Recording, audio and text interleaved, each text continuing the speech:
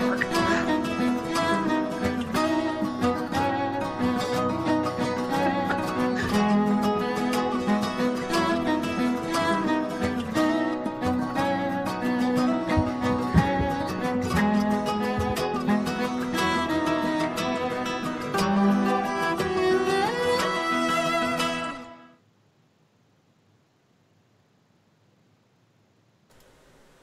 And we're back.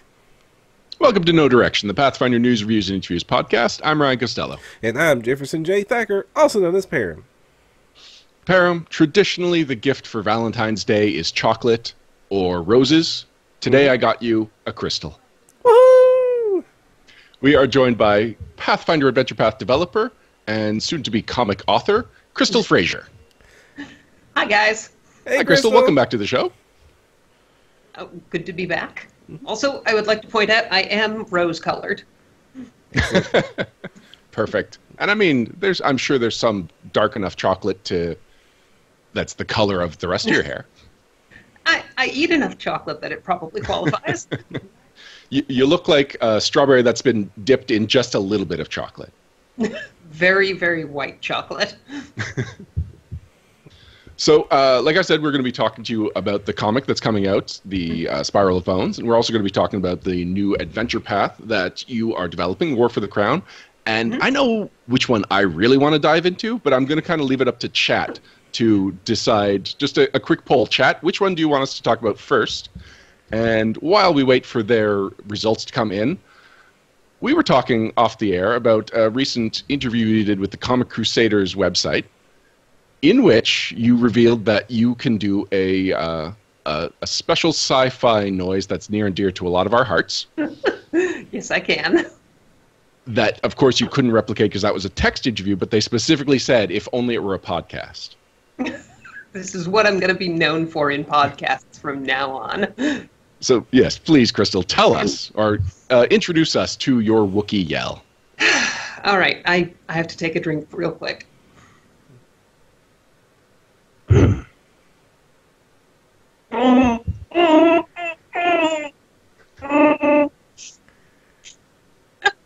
Is that coming across? It Yes, came across it is loud and amazing. clear. That is impressive. Now, is this a skill you discovered you had, or did you practice? I practiced it in high school. Don't be embarrassed. Many of us practiced and are not as good. Mhm. And being 6 feet tall, I gravitated towards the Wookiee. See, but I'm also 6 foot tall, and I gravitate towards R2-D2. I kind of want to see how the smaller half lives. All right, that's fair. Do you have like some aggressive hatred of teddy bears, or? Do not get me started about teddy bears. No, I have no problem with teddy bears. Teddy bears are wonderful. And since, All right, go ahead, Prem. and since Ryan mentioned our chat, it's always good to note that No Direction is filmed live in front of a Twitch audience every other Wednesday at 8:30 p.m. Eastern, 5:30 p.m. Paizo Standard Time. It is, you can join us at No Direction, you can join us at twitch.tv/No Direction, or you can go to NoDirectionPodcast.com and click on our Twitch link. Our chat unanimously weighed in that they want to hear about the War for the Crown, which is what I was expecting. I'm a little more interested in talking to you about the comic, but I have no problem talking to you about War for the Crown. There is a lot to talk about it. So why don't you just start us off by introducing what is the War for the Crown? What's the premise? What's the pitch? Well, War for the Crown is our big intrigue, shake up the inner sea campaign where we have kind of been hinting for a long time that Taldor's leadership might not be super invested in the country's future, and that there are other NPCs in Taldor who really want to improve things, and things are coming to a head now. So it's a little bit of a spoiler, but in the very first installment, Grand Prince Stavian dies, and you become you're in the right place at the right time to become secret agents working for Princess Eutropia. And while she is being political in the forefront. You are running around in the background, stopping assassins and stopping conspiracies and battling, oh gosh, winning hearts and minds and stopping cultists, things like that. Adventure. You mentioned spoilers, and Imperiosaur in chat is a little worried about how spoilery this discussion is going to be. I think it's really just we're going to get the concepts out there, but we're going to try to avoid it, as though anyone in the chat could go and play in this as soon as it releases this month. Yes. End of February, beginning of March. I don't have an exact ship date for it yet. I just got my shipping notice, so very soon. Yep. Wow. Good thing I handed the player's guide off to the editors. You mentioned Princess Eutropia, who sounds like she's going to be a pretty important NPC. Did you name that character? I did not. She has been a part of Galarian lore since, I don't think since the Game Mastery sets at the very beginning, but at least since the very first campaign setting book. Okay. The Inner Sea Gazetteer. It's the first I've come across her, but man, I love that name. But yeah, she is basically the daughter of the reigning emperor, and in Taldor they're still fairly old-fashioned and Crystal, I'm sorry to interrupt. Something is going on with your audio where you're dipping out. Ryan, are you hearing that? Maybe I am hearing it too, yes. Yeah. Can you move the microphone closer? I'm sorry to suggest you. And I hate to even mention this. I'm going to edit all this out of the podcast. You're very, very energetic when you're speaking, but when you turn away from the microphone, Yetis are super sensitive. They have to be probably yelled a problem at. you're having. Yeti being Crystal's microphone, in case anyone wonders what you're talking about. No, that's the cameraman we've sent to Paizo's office. It's an abominable snow monster. Yeah, you really should have sent a sound guy to the office. I mean, we could just recruit Luis. But he's not a Yeti. All right, Oh, yeah, so me. let's go back to, you were talking about, okay, first give me 5 seconds of silence so I can edit this part out. Also, for those of you watching us on YouTube or Twitch, this is bonus content.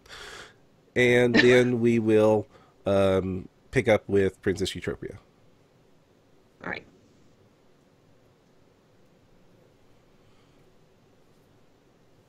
All right, so Princess Eutropia is she's the daughter of Emperor Stavian III, and Taldor is a bit regressive and old-fashioned, and they don't let women inherit noble titles. So they've never had an empress or a grand princess. So without that to move towards in her life, she's dedicated herself more towards trying to improve society and help the poor, help the disenfranchised. I mean, Taldor is built to support the aristocracy, so a lot of the common folk have absolutely no say in the government. She's been pushing for years to increase the power of the Senate, to give a little bit of representation to the common people, and the barrier she keeps running up against is that she has no institutional power besides her wealth. So for the last 10 years or so, she's been campaigning to return Taldor's tradition of primogeniture, which is the tradition that only men can inherit the throne. Well, that sounds like a whole lot of stuff that a whole lot of people in Taldor aren't going to want to happen. Well, I think it's about 50-50. Well, I'm leaning more towards the ones with long set agendas and the money to buy lots of pointy swords. Yeah, and, the money to pay off people to hold those swords. Swords on their own aren't that scary. Speaking of the people holding the swords, where do the PCs fit in? The PCs begin as average people who kind of have their own political agendas, and they are working for a minor noble who wants to stir up some shit at a fancy party, and stir up some crap at a fancy party. Thank you. I'm sorry, I work blue. It's fine. And you happen to be in the right place at the right time to see things go just off the walls, Red Wedding style, just chaos and violence. And when you come out of it, you are people with some renown and heroes. And we've lost her completely. Oh, Interesting. are you? Hello? Hello. Now we hear you. Now we hear you. It seems like the longer you talk, the more it takes it away. I'm so sorry, Crystal. You sure you're not just trying to shut me up? No. That kind of would defeat the purpose of the episode. We really, really want to hear from you. But We're you having said, Crystal on, but don't let her talk. this is Just sit there and look pretty. God, this is just like high school. No, you said that when the PC started to get involved, there's lots of blood and chaos. That seems to be the only way. But this does start to sound like this is going to be the very political, roleplay heavy AP. What's the balance between initiative and diplomacy roles? We've tried to put in enough options that you can solve most of the problems, either by political means or kindness, blackmail, bribery, or you can just stab your way through it all. There are a couple of places where you can be diplomatic, a couple of places where you have to pick a single line. That's for the game. Oh, goodness. Yeah. Did you lose me again? Yeah. Oh, and then You come right back Then as soon as we interrupt. What? I think my laptop might just be wonky about. Hey, all the hey, audio. can you get it that close? Oh, Like move it like literally an inch away from you. oh, hold on. I'm so I didn't bring sorry. my pop filter. How's this? It's I clear. mean, it's good for now, but it hasn't been the start of the sentences that's been the problem. It's been after you say a long sentence. Yeah. Yeah. Do you just want to kind of ramble? How was your day? What did you do? My day was pretty quiet. I came into work. I drew a couple of maps. I labeled a couple of other maps for a completely different product. I started outlining another AP, and then I started developing Volume 131, and I double-checked some stat block math. And am I still rambling, or? Yeah, we can hear You sound now. good to me. Let's hope. So, Then I went for a walk. And then I ate lunch. All right. So that seems to be the good distance. All right. Param, are you happy? we are going to go forward. All right. From where? Okay. All right. So, From my desk. let's pick up with We're not- okay, 5 seconds of silence again, and then pick up with I'm going to ask you about stabby stab versus talkie talk. All right. All right. Ugh. Well, it sounds like this is going to be a very diplomatic focused political game. How's the balance in it between rolling initiative and rolling diplomacy checks?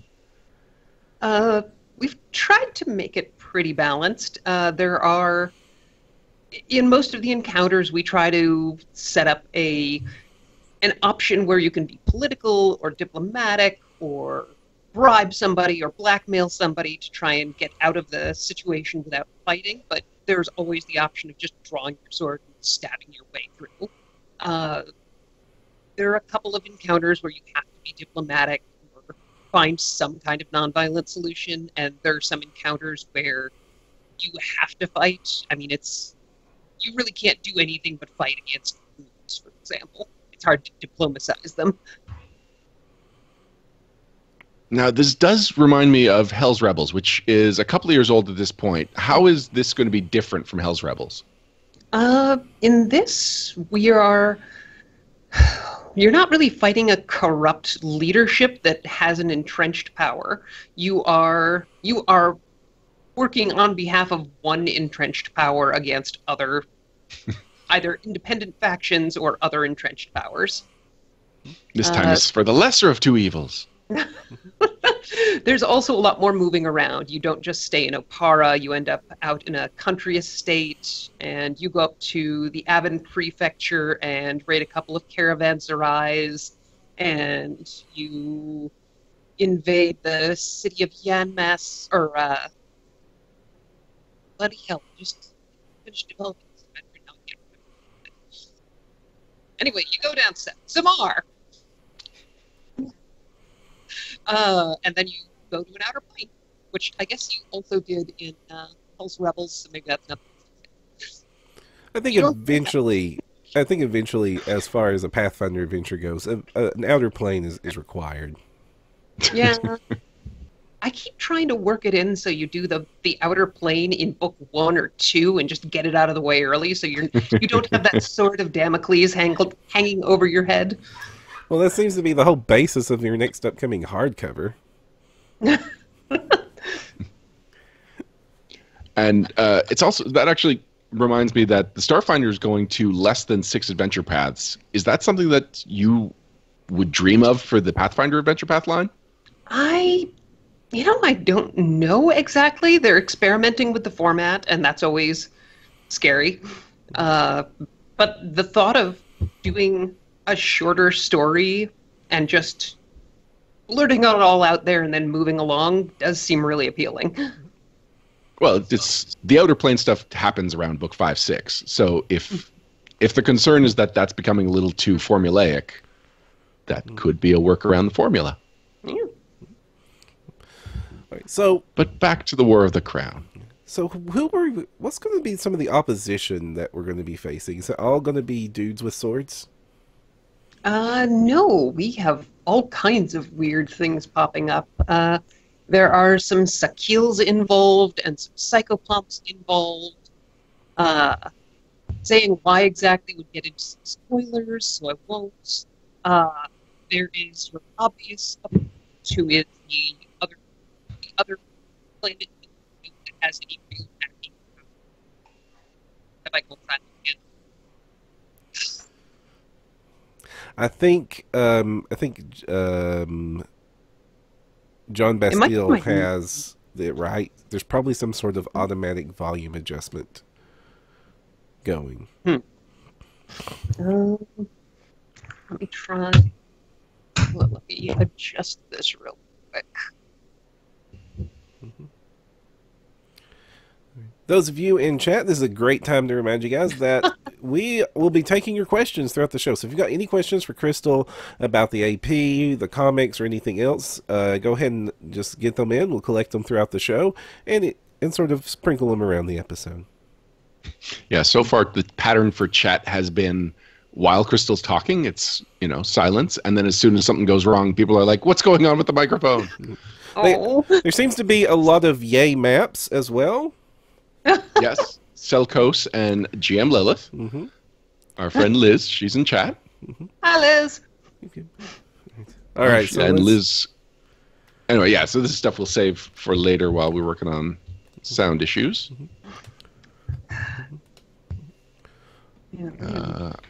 Param, do I chat with the crowd, or do I leave it so that you and Crystal can work out your stuff and we can just get back to things? I think we just need to get back to things as soon as... Yeah.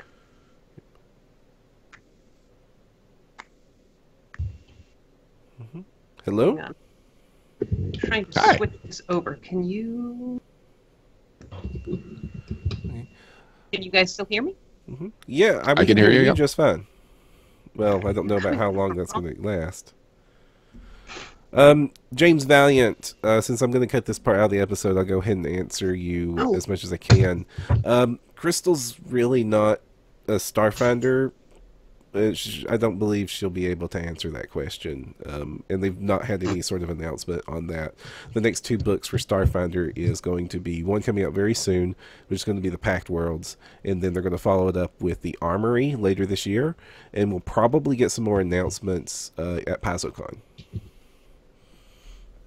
And I see there's a couple of comments about shorter APs. That's probably something Crystal could weigh in a little bit on, but it's ultimately a management decision. Yep. Mm-hmm.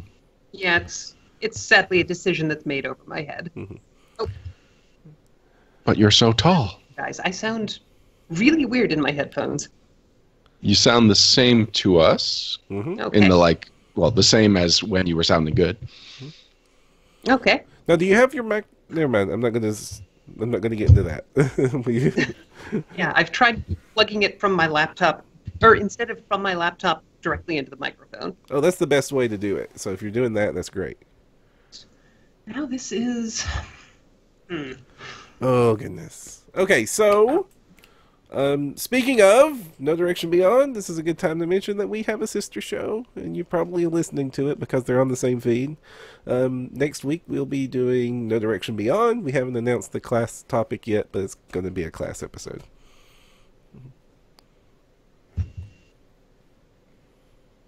Was that content or was that filler? That was filler. Okay. Yeah. Just lots of filler. Let me know when we're back on. Oh man, you know what I'm really excited for that's filler? I'm waiting until Crystal signals that she's comfortable trying to get back on. Okay. But Skype has an auto adjust option. Laptop speakers now and Skype has an auto adjust function? Yeah, Skype by default has an auto microphone volume adjustment that wreaks havoc on recordings.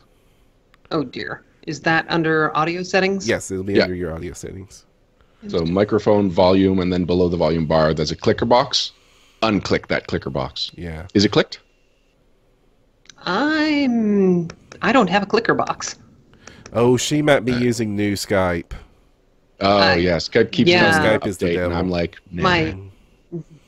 I'm so sorry. No worries, it's not your fault. No. It's all Microsoft's It's Skype's fault. That's the reason we're working very hard to try and eventually transition this over to Discord full time.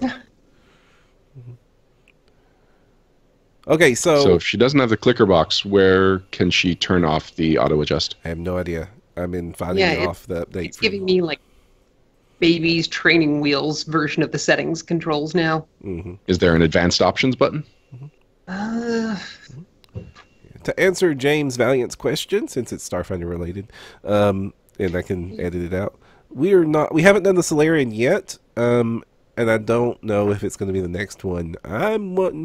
Well, I have to talk with the gang about it before we make an announcement. I can't just unilaterally decide for all three of us. Have you played a Solarian yet? I have played a Solarian one-off character during PFS. Okay, and you didn't build it?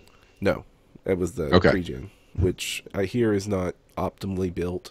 But I'm hearing now that the Solarian's actually not as bad as people thought it was. It actually can get quite powerful on the DPS. You guys say something for me real quick? Hey! I'm the very model of a modern Major Yes! General. All right, I think I did it. Excellent! That was a pain in the butt. Thank you for that saving throw you just made. Don't expect me to do well at it very often. We've had worse guests. Don't worry. It was Bowman, wasn't it? No. No, well, I had a Bowman issue Toledo, the first wasn't time it? he was on. Oh.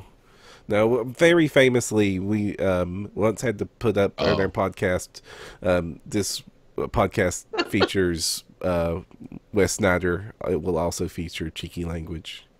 Yes. We good to go?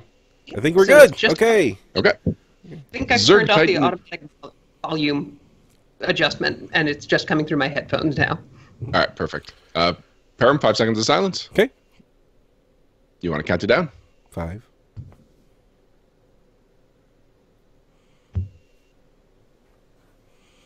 Zerg Titan 99 in chat says, what classes do you suggest for War for the Crown?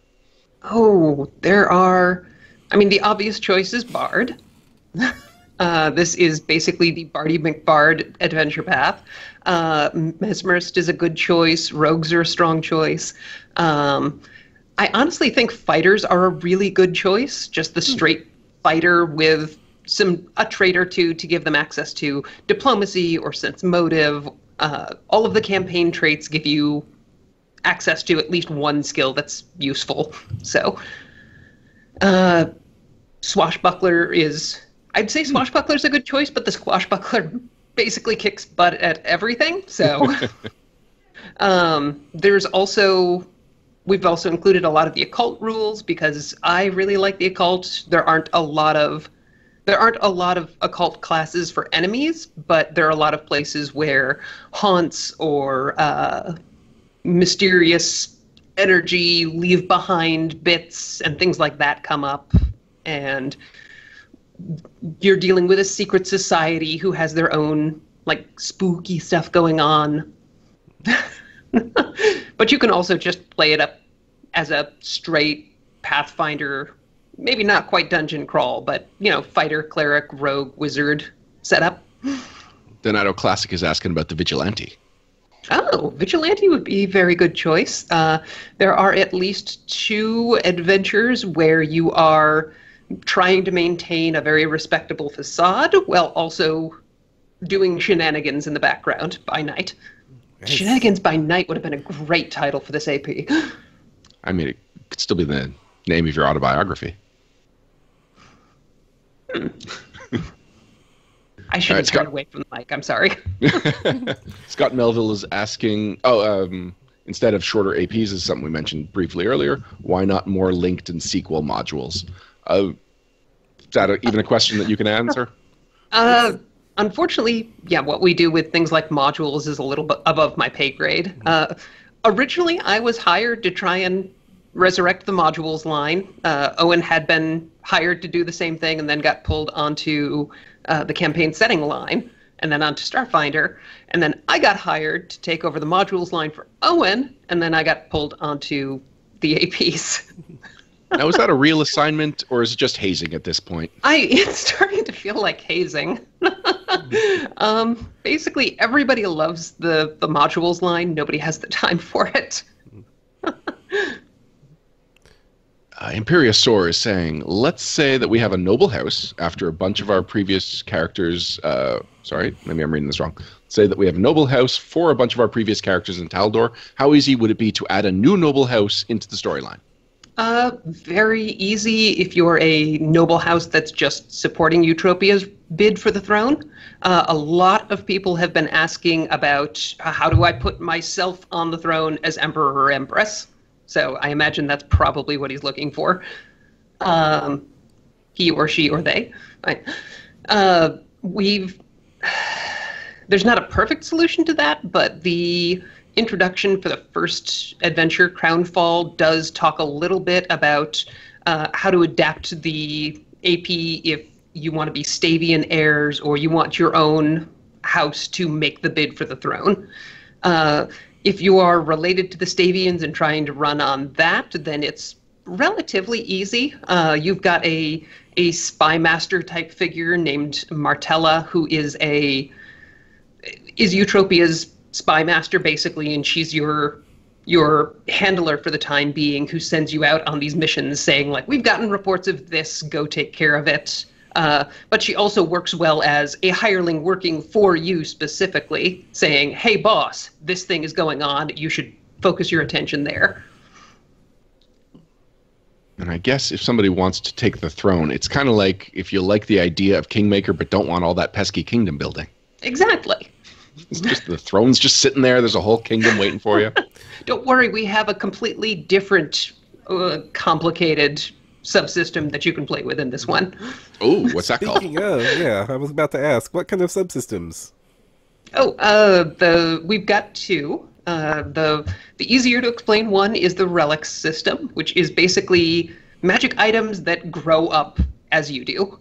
The idea is they are relatively ordinary magic items or just masterwork items that were like crucial to a major moment in history. One of the first one you find is called Dignity's Barb, and it's a light crossbow that completely by accident a Taldan commander fired into a charging mass of Kelid warriors and accidentally killed their chief and sowed chaos, and that let I think it's the Second Army of Exploration, push forward instead of having to turn back. So because of this incredibly major moment that it contributed to. It's been invested with the will of the people, the zeitgeist of the nation, and that gives it magical powers. And the more you use it for its purpose, the more powerful it becomes. Now that is a thing that has been asked for a very long time, a system like that. So I'm excited that it's being introduced and surprised it's being introduced in the adventure path. Yeah, I think it's something we wanted to play around with before we put it into a hardcover. So I specifically got the design team to write this. Logan Bonner did the system. So now there's already like a delicate balance of offering magic item, like basically offering rewards that are tied specifically into the characters that the players are playing. It feels like this is that much harder. Like, how are you going to make sure the relics are universally applicable to the party? We've tried to go for things that are useful for a variety of character classes, and we're throwing in more relics than an adventuring company would probably have. But the limiting factor is each time you participate in one of these events that's significant in history, we call them triumphs, you only get one triumph to spend on improving one relic that you have. Thank you. Now they're mentioning in chat, is this very similar to the Pathfinder and Chained Weapon advancement? Similar. It's built with similar advancement ideas, but you don't have to pay to unlock anything. They just sort of grow as you achieve important milestones in the campaign. What happens when my players want to sell it? Then it goes down to its base value. Oh, and the base value is nothing compared to its potential power? Mm-hmm. Yes. They basically, they usually start out as a +1 weapon or sometimes a +2 equivalent ring or something like that. But the more triumphs you feed into them, the more impressive they get. I think Dignity's Barb ends up being like a +4 seeking thundering crossbow or something like that. Dang. I know, I could just go get it. It's like 20 feet that way. Not the crossbow, the adventure. I'd be much more impressed if he's like, awesome. Here it is. No, my crossbow's at home. I know you've got some excellent cosplayers around there. I wouldn't be surprised if you actually had one. And how are you going to pace this so that every player will get their hands on a relic fairly early in the adventure? We're giving out 2 in the first adventure and 2 or 3 in the second adventure. So by the end of the second adventure, you should have 4 for a party of 4. And we're adding, more as you go along. Excellent. And will there be rules in one of the early volumes of the AP for creating your own? I believe that had to get cut. We gave some loose guidelines for GMs, but they're basically like living plot devices that you can give your PCs for following the plot train. Ooh, piece of candy. So you said there were 2 subsystems. Relic sounds awesome. What's the other one? The other one is Cults of Personality. Oh. Yeah.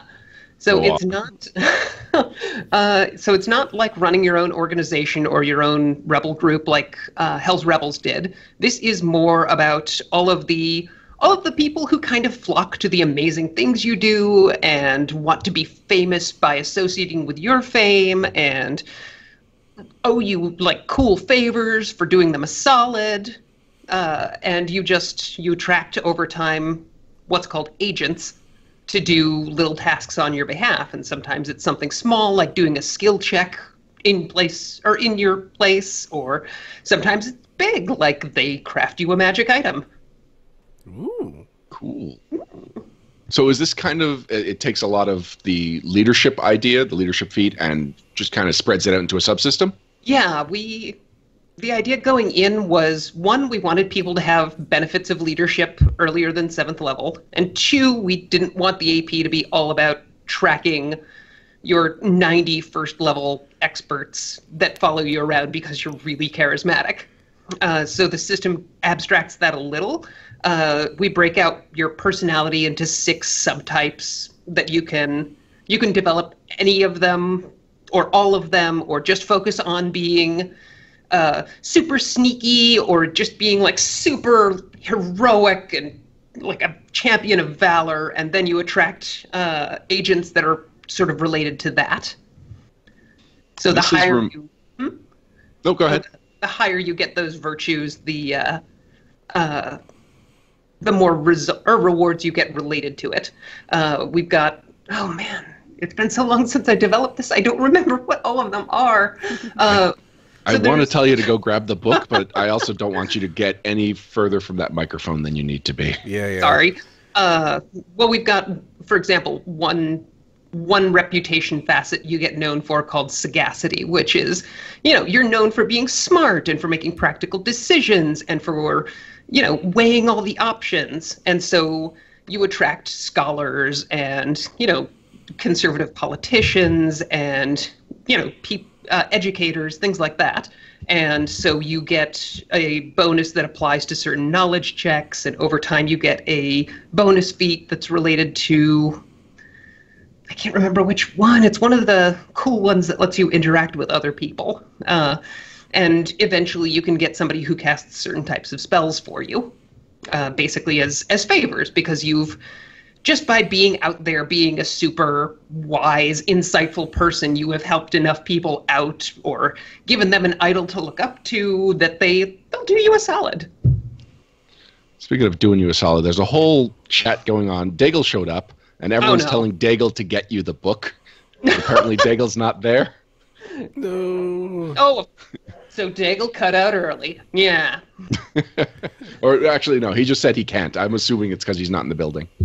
I don't know, actually. He's sitting on the other side of a cube from me now, so there's a little wall in the way, and we can't just have smarmy conversations during the workday, which I think is why the wall is there. Oh, there we go. He admits that he has failed you. Speaking of failure, I Googled sagacity because I did not know this word, and it explains it as a noun, the quality of being sagacious, and its example is a man of great political sagacity. And that's all it's given me. Good work there, Google. Yeah. It's sage-like. Oh, okay. Yeah, that makes sense. I like that a lot. Paizo's vocabulary goes deep. Oh, no, we just have a lot of thesauri. Oh, thank you, sir. Ta-da! All right, excellent. So let's go back to everything you said that you wished you had the book for. You were talking about the different qualities of the cult of personality? So here's the thing. You don't start developing a cult of personality until you do something really impressive. You don't do anything really impressive until you finish book 1. All right. You start as nobodies, so the cult of personality system is in book 2. Which I don't have a copy of yet. You were calling the cult of personality, you referred to them as virtues. What about our less than virtuous players? Virtues is just the wrong word to use. They're technically called facets. So they're facets of your personality. There we go. Morally ambiguous. I want to say subterfuge is the obvious one. There's charm, which means you are either very likable or very believable.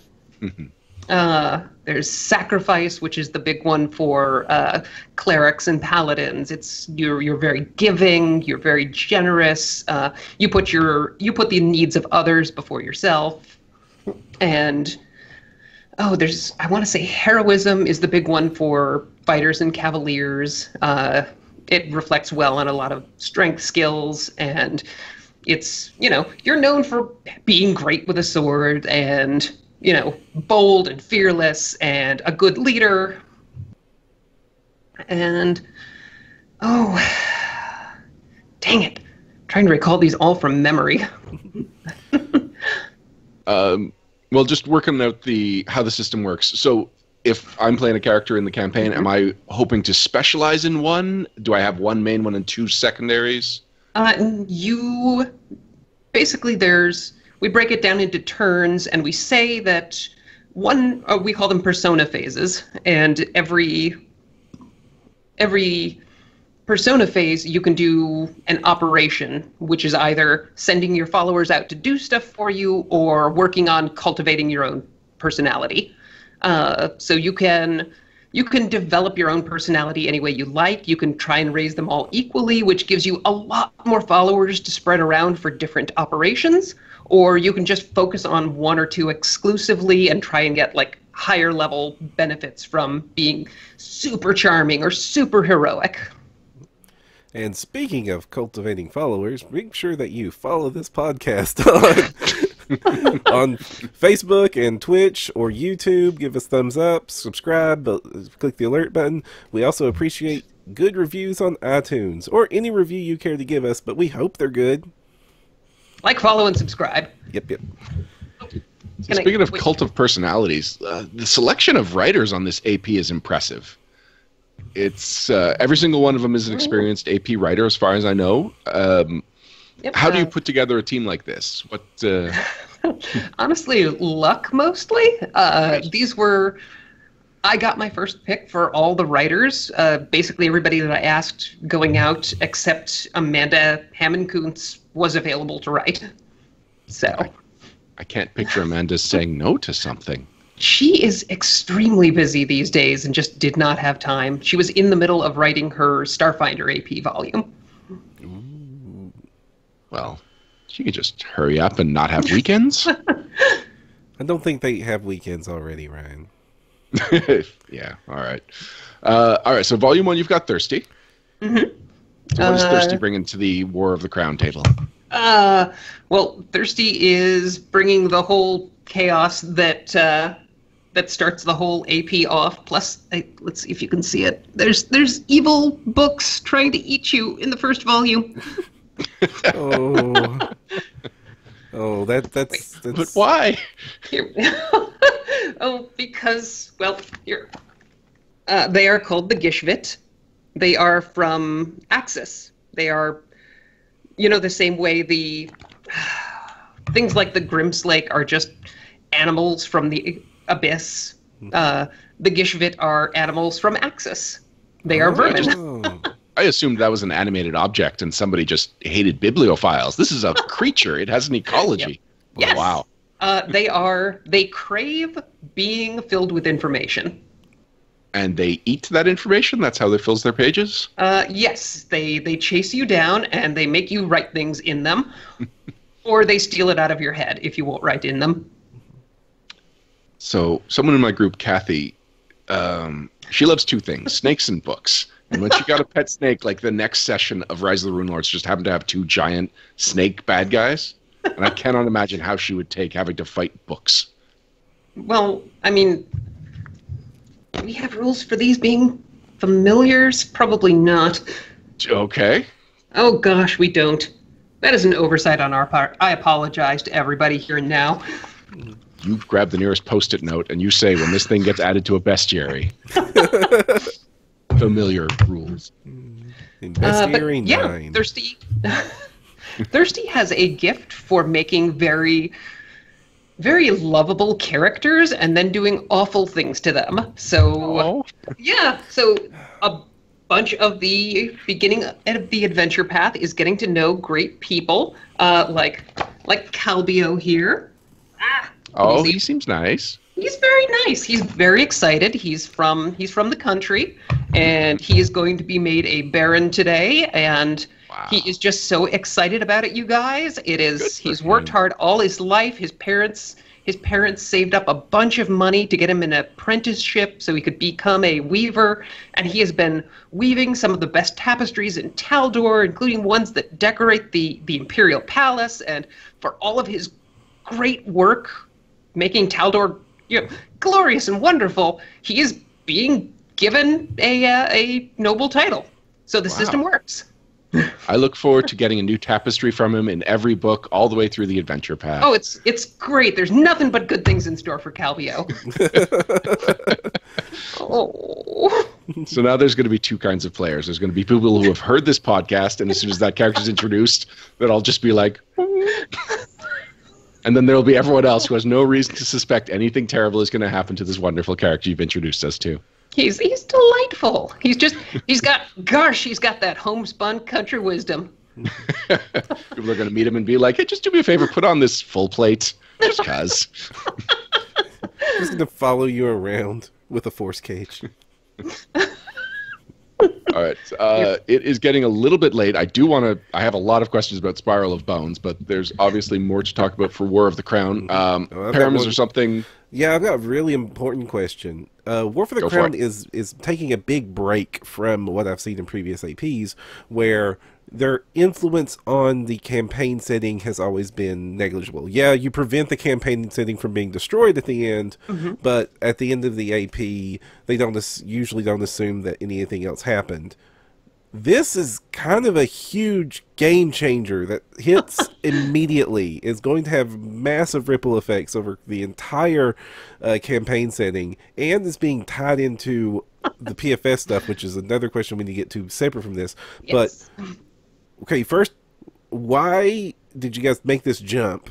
And is this really going to be a game changer going forward?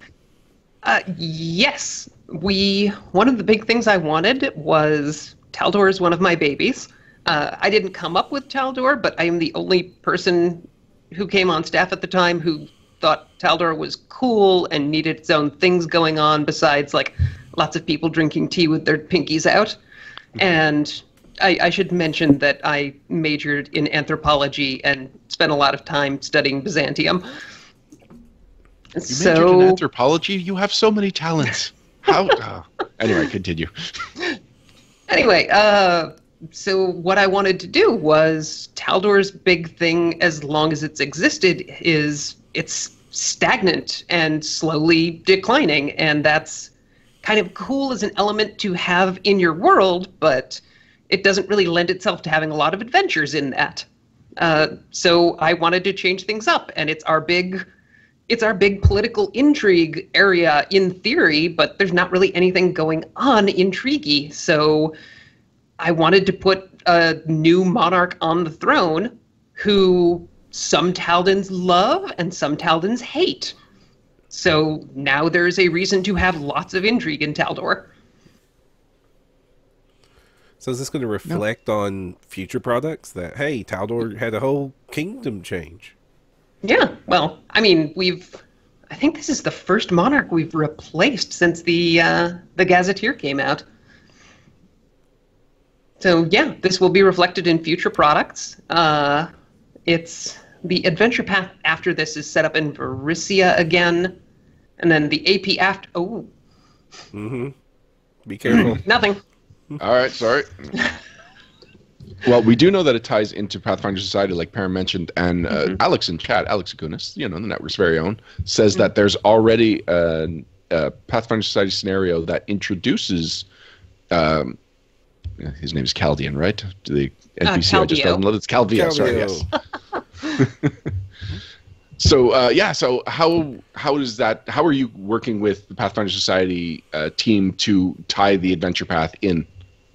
Well, Pathfinder Society has also been building up the Sovereign Court for a while, and they've been wanting to do things in Taldor, and the big thing with the Sovereign Court is collecting all this power to help hold noble and aristocratic leaders to task with all the responsibility, or make them responsible with all the power they have. So the downside of that is, for all of the cool stuff you do with your Pathfinder Society character, you're not really allowed to change the official campaign setting. So we wanted the Pathfinder Society to finally do something with all of those political favors and wishes and dirty secrets and all these other things they've spent the last 7 or 8 years collecting on behalf of the Sovereign Court. Sorry, I just laughed. Imperiosaur says that there's basically 4 Paizo people in chat, so you might as well treat this like a Paizo meeting and just tell us. Yeah, the other thousands of people that will hear this later, they're also in the meeting. No. Yeah. Sadly, I am... No, gotta hold that for PaizoCon. Mm-hmm. Yeah. Yep. Because, hey, Breaking news, there will be a PaizoCon. And they've already been taking registrations. Oh, yes. We'll announce it here first, even though it was announced a while ago. We're now taking registration for PaizoCon. All right, I am ready to move on to the Spiral of Bones, but if anyone in chat still has questions for War for the Crown, keep them coming. Param, same goes for you as well. But yeah, Pathfinder comic, Spiral of Bones. You are the first new author to write for a Pathfinder comic in a long time, so I'm just curious how you got the gig. I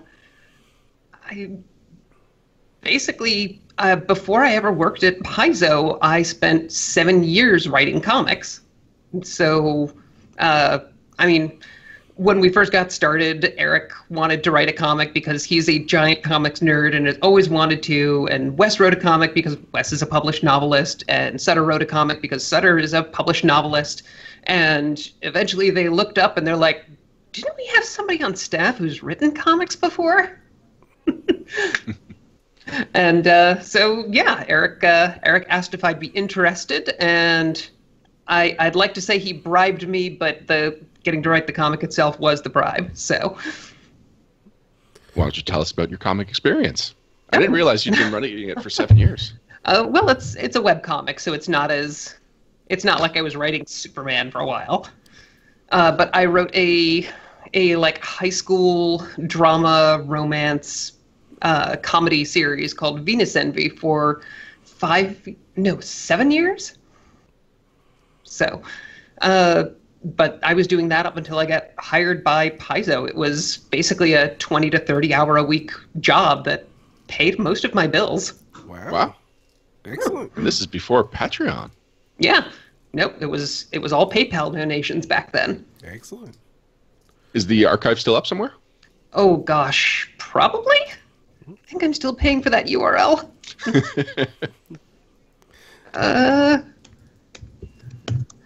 I kind of hesitate to send anybody there because I started writing it when I was 20. Okay, well, this is something we can work out and then share on our Facebook page after you've vetted it to make sure that you're not embarrassed by anything that you are. Oh no, I'm super embarrassed because I also drew the comic before I went to art school. And Justin Sluter just shared a link in chat, so I hope you're not that embarrassed. Oh, I'm super embarrassed now. All right, well then let's move on. We'll talk about Spiral of Bones. Once again, what's the premise and the pitch? Oh, the elevator pitch is Pathfinders go to hell. No. The elevator pitch is Valeros dies and goes to the boneyard and has to defend his life, and there's weird shenanigans. The idea is Pathfinders, or characters dying and coming back from the dead, is such an integral part of the role-playing experience that it's something I kind of wanted to play with a little in the comics and see how it shows up in the real world. Well, the real world. The very real Galarian that I've totally been to, you guys. How's the weather? Oh, it's all of Galaria. Chaotic, evil. And so why did you choose Valeros as the main character? Mostly because he is probably the most normal and down-to-earth of everybody there. He's a big thing that's been, especially in a big theme with Valeros in Runescars, was I'm going to die and nobody's going to notice. Everybody's going to forget my name in a year. And that's kind of been a running theme with Valeros. He is just a guy with a sword, and he's traveling with an elf who's going to live 1,000 years, and a woman who can shoot fire from her force of will, and a woman who talks to the gods, and just all these people who do incredible things, and he's just a guy with a mug. And that has been increasingly a part of his character, and I wanted to tell a story that focused on Valeros and what really made him stand out. And so is it really, like, are we going to cut back to the mortal plane where the other Pathfinders are trying to help him, or is it really going to be mostly a Valeros solo story? Oh, no, it jumps back and forth. They're in a dungeon. Okay. Oh. Where's that coming from? Something has happened. I am not hearing whatever you're talking about, so maybe it's me. Yeah. Did turning off my mic do anything? Yeah, that fixed it. We're good? I think so. Wait, Okay. Param? I can't hear you, Param. What is happening I had today? my mic muted. Sorry. Oh, Bonus okay. content. Okay, 5 seconds.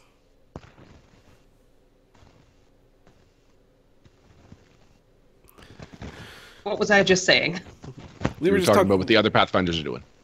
Oh, yes. So Valeros is the Pathfinders are in a dungeon when Valeros dies. They go to Kermaga to explore all the underlevels beneath it because there's strange shenanigans going on with Rune Lords. And so, yeah, they're exploring the dungeons under Kermaga to try and save Ezrin and Harsk, who have been trapped down there.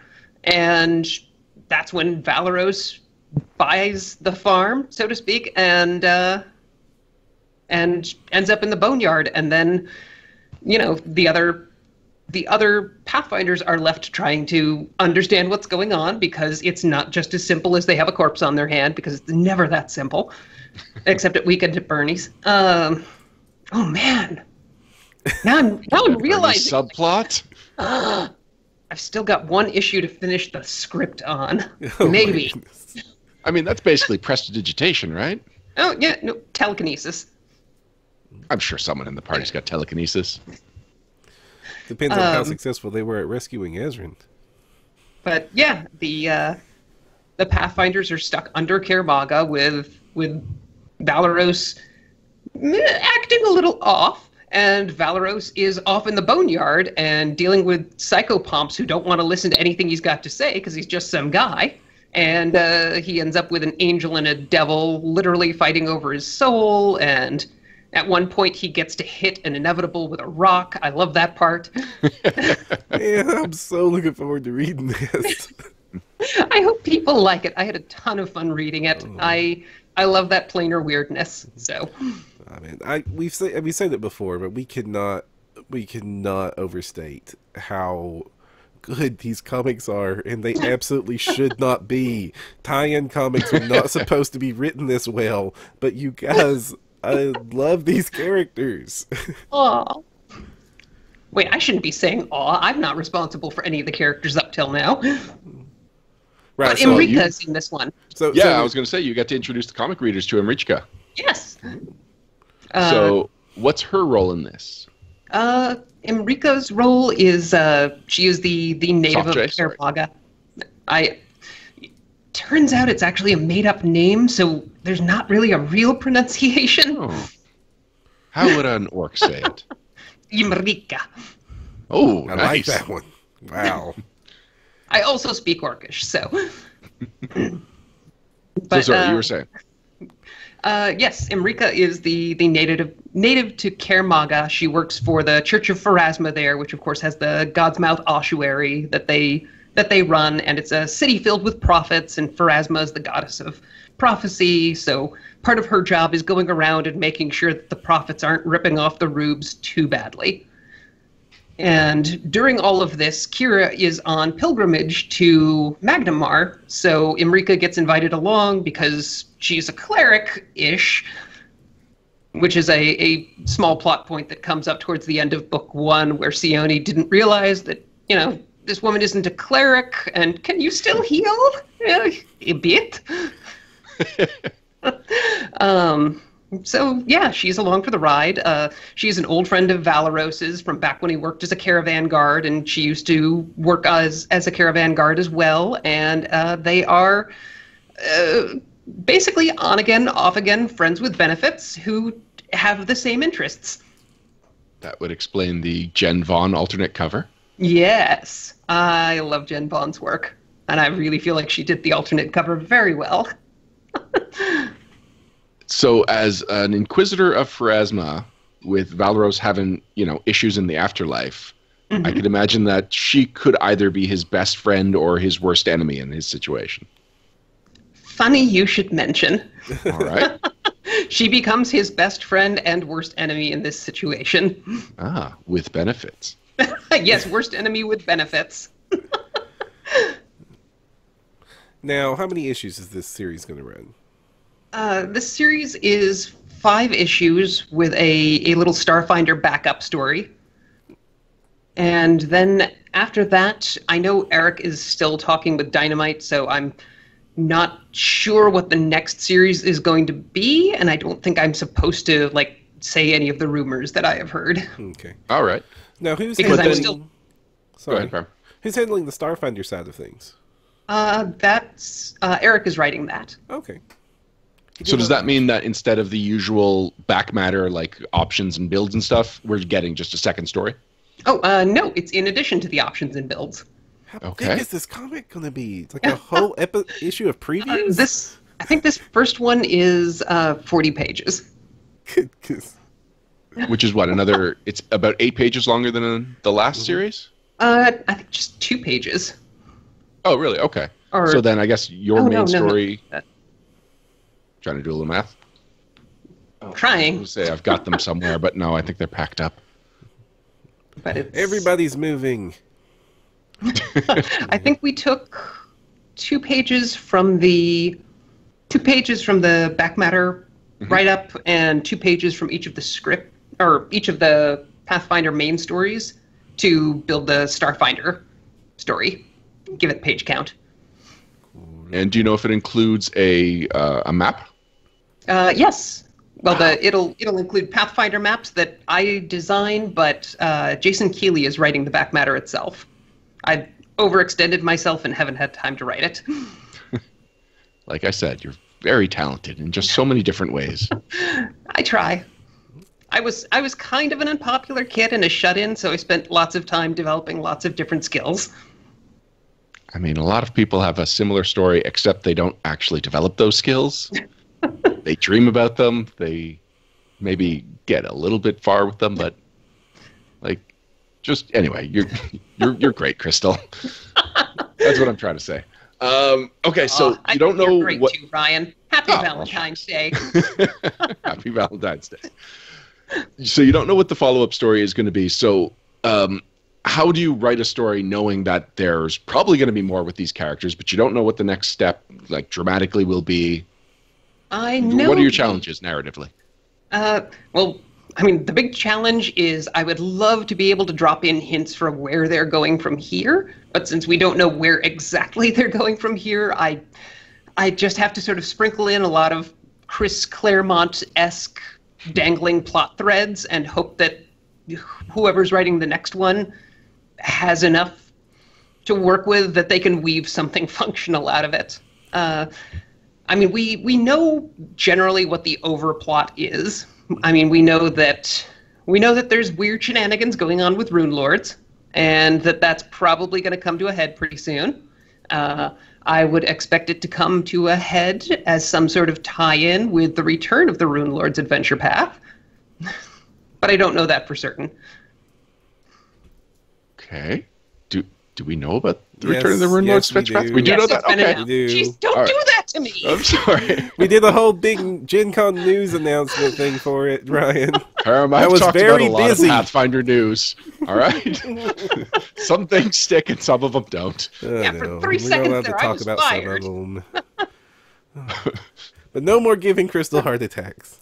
Okay. But this you mentioned not having one written, and we're about to get some of these episodes. This has to be a completely different experience for writing and developing for you, because with the Pathfinder stuff, isn't it a year in advance? And now you're talking about something that the first issue is going to come out before the last issue is even written? Dynamite has the advantage that their printing is done here in North America, whereas for the size of print runs what are you? Go away. Mark Moreland is outside the window of this office. Hi, Mark. Waving frantically at me. I hope he's waving. I've heard he's got a death stare. No, I guess it's a death stare in the way a penguin would have a death stare. Terrifying penguin. Like a puffin. Less terrifying. Unless you're a fish. God, what was I talking about before Mark Moreland distracted me? Dynamite's printing advantage. Oh, yes. Dynamite prints here in North America, Whereas Pathfinder, for the volumes and the size of book we use and the full color printing and the quality of paper, to not have like a super high price point, we have to get it printed overseas and shipped over here, which is what takes a big chunk of the production time for us.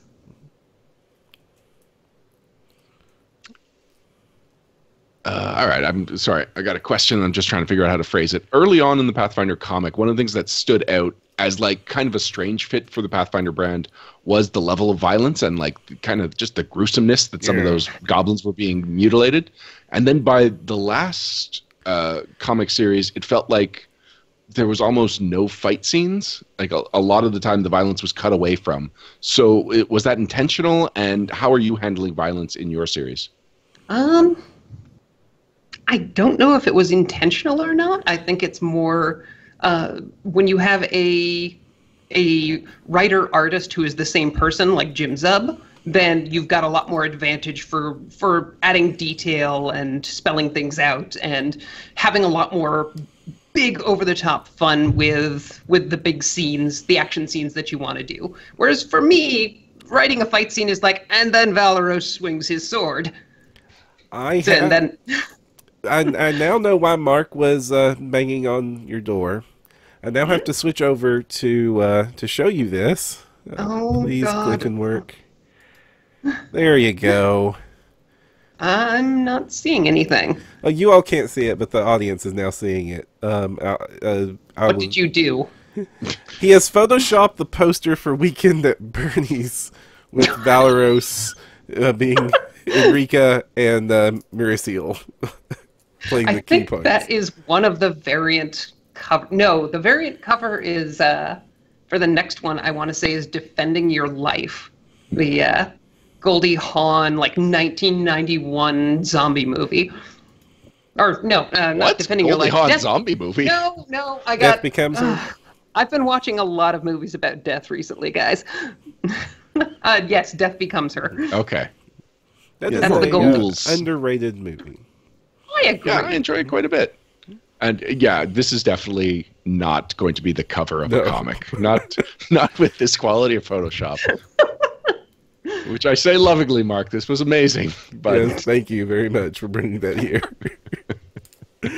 Well, now that's out there in the world. We have to make sure that makes the show notes. What were we talking about? Spiral of Bones? God, I don't even know What is anymore. happening? At some point, I lost control of my life. Secret Gamer Girl in chat says that Death Becomes Her stars Bruce Willis as Rick Moranis.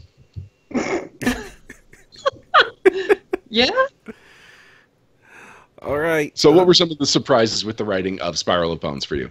Both good and bad. Well, one of the annoying things about being a fiction writer is the characters sort of develop into their own separate entities in your head, and then they go off on tangents. So there are things in the comic that were never in the outline, and I didn't want to be there, but one character or another just sort of went off on their over dramatic like dialogue in my head. So now there is a subplot about Miraciel dealing with Kira being far, far away and how she doesn't like it, and it's making her angry that she doesn't like it.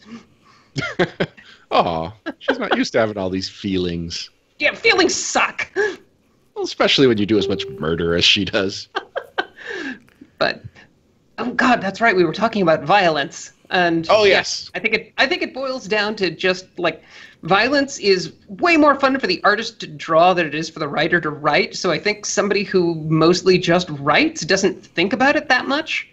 And I mean, those of us who mostly just write are always thinking, you know what I like is talking. So that's what we put in the books. Okay, let's hold on for a moment. Now, one of the major differences between writing for an AP... Hold on for a second. We lost our connection? We've lost our connection. It is coming up slowly. We just got to wait for it to try to buy itself back. And it's struggling. Okay. Is there any chance chat can hear us? It's struggling to bring... It's back. It's come back. Okay. 5 seconds. This is going to be the worst editing episode I've ever done. Thank you for all you do for the... Oh.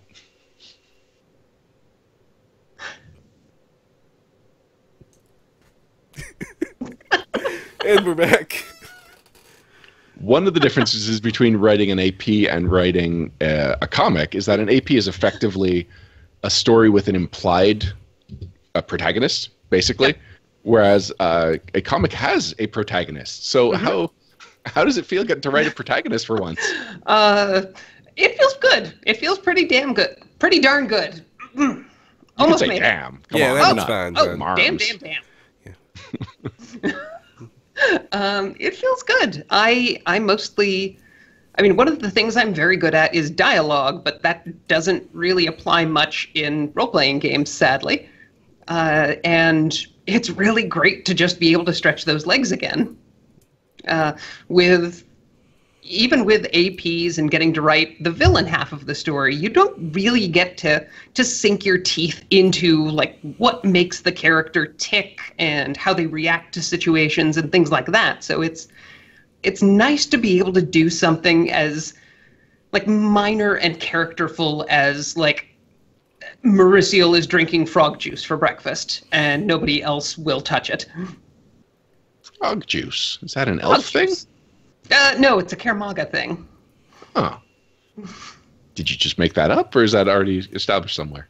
It is new to Galarian. It is based vaguely on a very small regional South American cocktail made from tree frogs. Or at least Anthropology major. with tree frogs. That's really cool. So, what are some ways that you could bring Galarian to life and add more details like that to a comic that you couldn't to an adventure path? Well, again, frog juice. Yes. A lot of it is just the minor bits of character interaction or just throwaway lines, really. There's this great scene in a Kermaga tavern where the Pathfinders are just sitting around chatting. And I mean, we can say Kermaga is this place where traitors and criminals and monsters all work side by side and just it all sort of works, but not very well. We can say that again and again until we're blue in the face, but one picture of like the Pathfinders at a tavern table with their drinks, and there's somebody being mugged in the background, and in the foreground is a goblin just stuffing his face with pickles. That gives you the feel of the city. Are you okay there, Param? I'm totally sold on this pickle goblin. Fistfuls of pickles. All right, this has gone on quite long, which I'm It's going to be enjoying a myself. very short episode. Sorry, guys. That's all right. Well, we know we have some news that we wanted to get to, which you kindly volunteered to join us for. So, Param, are you happy transitioning right now? Yes, let's transition to the news. Right after this. And we're back. In the Pathfinder news segment, we talk about the latest happenings for the Pathfinder role-playing game, the Pathfinder world, from Paizo, from third-party publishers. Basically, if it is relevant to you as a Pathfinder listener, we try and cover it as soon as we hear about it. And the big news that came out just as we were going live last episode was that the Shifter was getting a major errata. And we had a couple of hints at what that errata would be. But we continue to get more and more errata, and it's becoming... are we going to call it an ordeal, Param? Is it ordeal a fair word to describe this? I don't know if ordeal. I mean, everybody seems to be very happy with the errata as it's coming out. It's definitely addressing a lot of what people have said about the Shifter class, including us on air. Yeah, so there were a couple of technical issues, like the animal aspects didn't have their stats fully listed, and some people were saying it was hard to build the class without that information. That information has now been formally written. It is now clearly outlined on the... has it been updated in the PDF? I don't remember if that's been mentioned, but I know that it's definitely on the internet in several places, including probably most prominently in the FAQ for Ultimate Wilderness. Mm-hmm. I mean, it's called the Ultimate Wilderness FAQ, but I believe every single question in it right now is for the Shifter in some way. Yeah, and it doesn't appear to be in the PDF yet. I mean, they usually only do that when there actually is the reprint. True, but there's also has never been an errata this extensive for this one particular angle. Yeah, true enough. Some other highlights: shifters now gain Shifter's Fury, so an entirely new class feature has been created in the FAQ. Mm-hmm. They gain a single natural attack with full base attack bonus, and they get iterative attacks up to 4 iterative attacks at 16th level. So their natural attacks now progress in the same way as their base attack bonus attacks do. And this is really huge because... Oh, I'm so sorry, Crystal. Did I cut you off? I didn't say anything, no.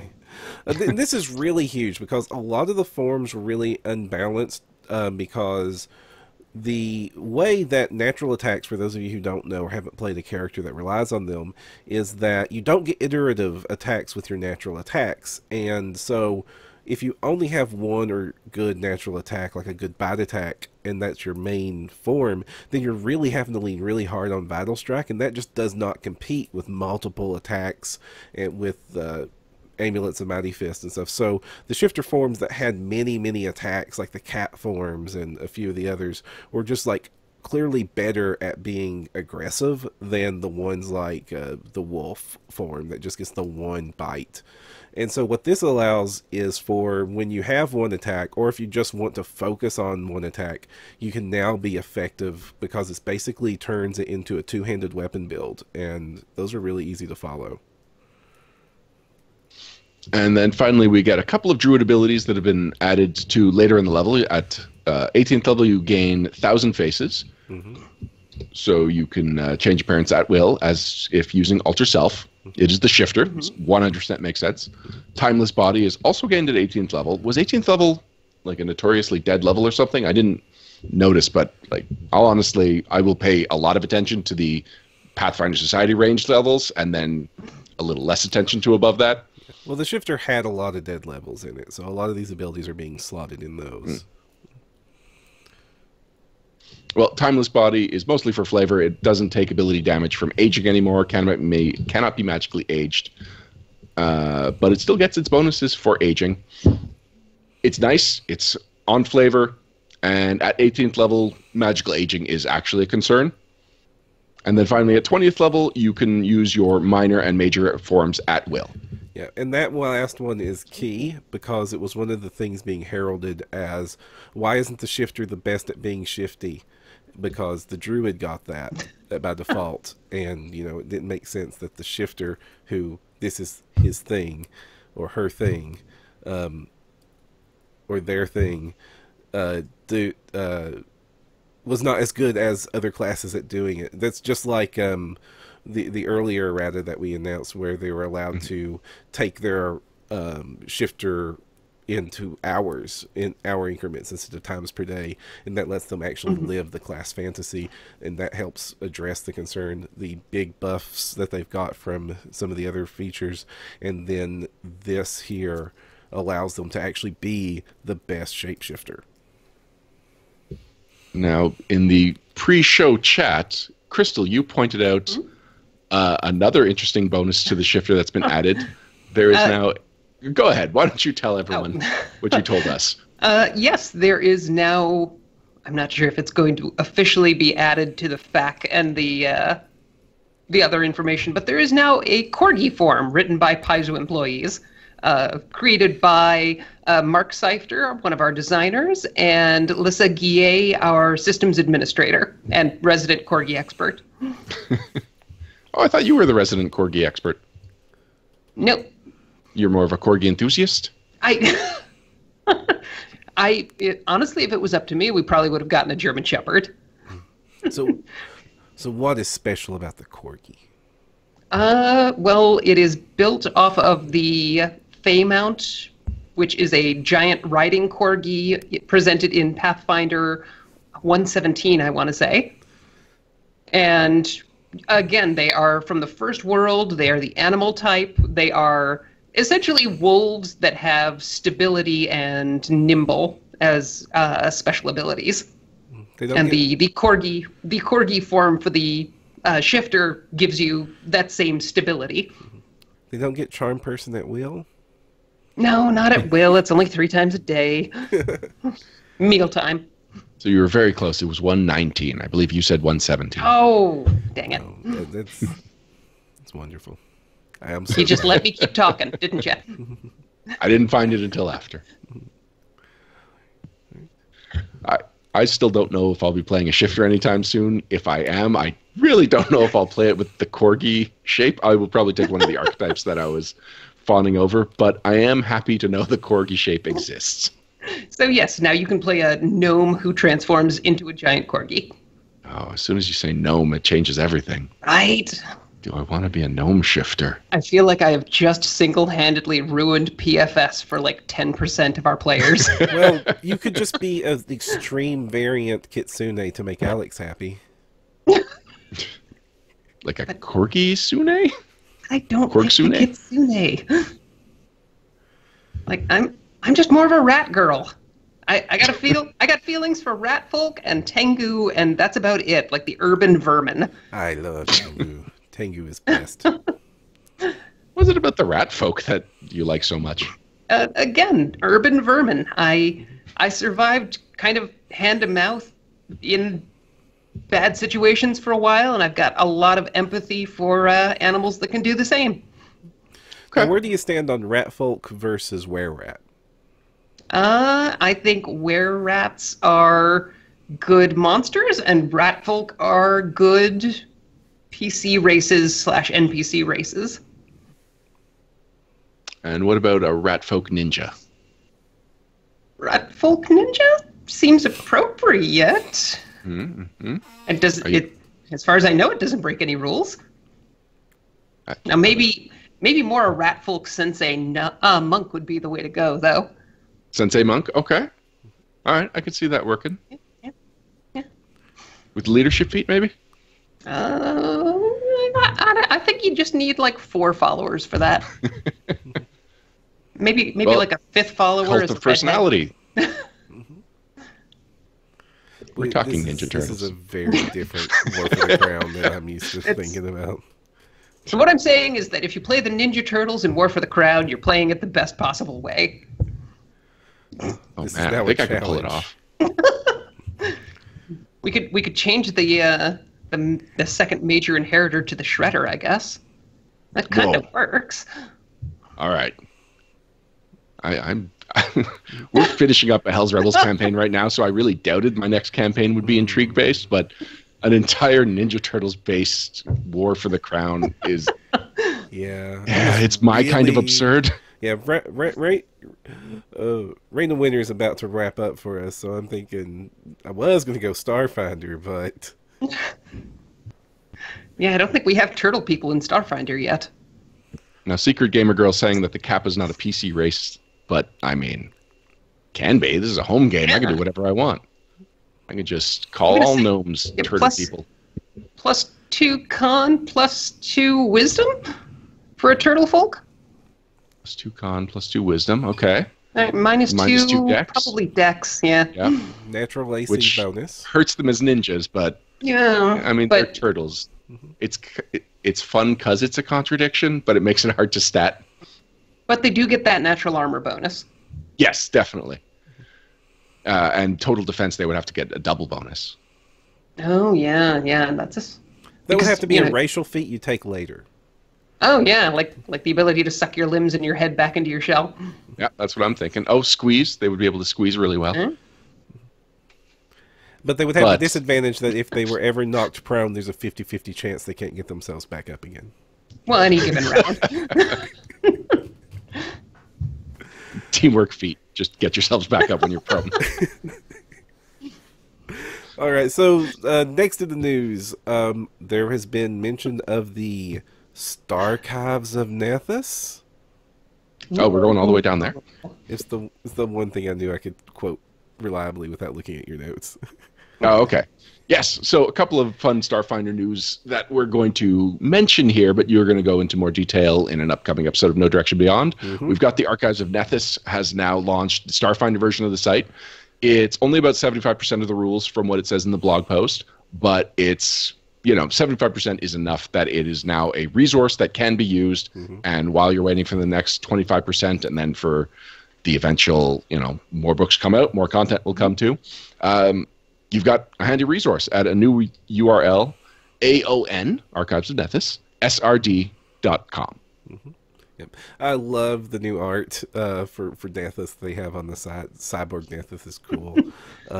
and Archive of Nethys is super important for the Pathfinder community. I mean, we all love D20 PFSRD, and I don't want to disparage that site, but it's nice to see that there is still a community version of the SRD being supported, and he does such a great job with that site. He's invaluable for those little PFS tags and all the things that are PFS legal. Yep. That alone makes that site super, super useful. Well, not just tags, but that you can search just for the PFS legal stuff. That's amazing. It made my Joker build. So we'll talk about my Joker build if we have time in banter. But I had some issues with it because I had a lot of cool options, and half of them were not PFS legal.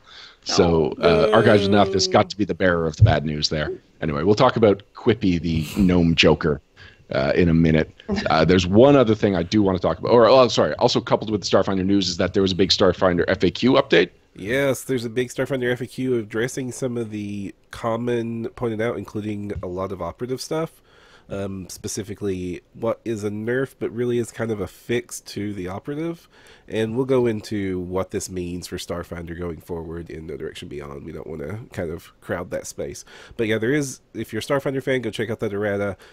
Check back next week when we'll go over it in detail. I can just imagine, though, because these two stories came out around the same time. So, Blake worked so hard to get the Archive of Nethys up to date, and then Paizo's like, also FAQ, here's more information, here's changes of the rules. Yeah, of the two, I'm much more excited about the Archive of Nethys. Yes, well, and they're both important, and of course, he will update it. It's just, I'm sure he just feels like up to his neck in Starfinder rules that he's just wading through. To be fair, it's not going to be that much. Yeah, he'll be able to edit this fairly easily, I believe. I don't know his method, but it's not the nature of these edits are not like the nature of the edits we saw for the Shifter. So the final bit of news is that Wayfinder and the Swords for Hire are talking about bringing back a contest similar to RPG Superstar. Yay! We loved RPG Superstar. We loved it too. RPG Superstar was basically like our Grammy Awards, man. When you guys were doing that, our whole podcast was just like following it, like what's going on this week? Where is it at? And that was so much fun to follow. And of course, the one thing I always loved about RPG Superstar, so much free stuff for Pathfinder. Yeah. We got some great writers from RPG Superstar. Rob got his start because of RPG Superstar. And we would be remiss if we didn't mention that one of our network members, Marlica Marlowe, won RPG Superstar. Oh, very true. She won the second to last one, I believe. And Andrew Marlowe, has also a network member, has placed twice in it. Nice.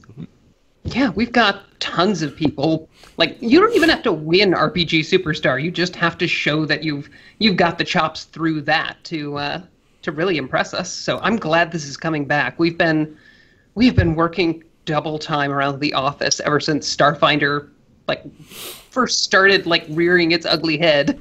Well, I shouldn't say that. Poor Starfinder.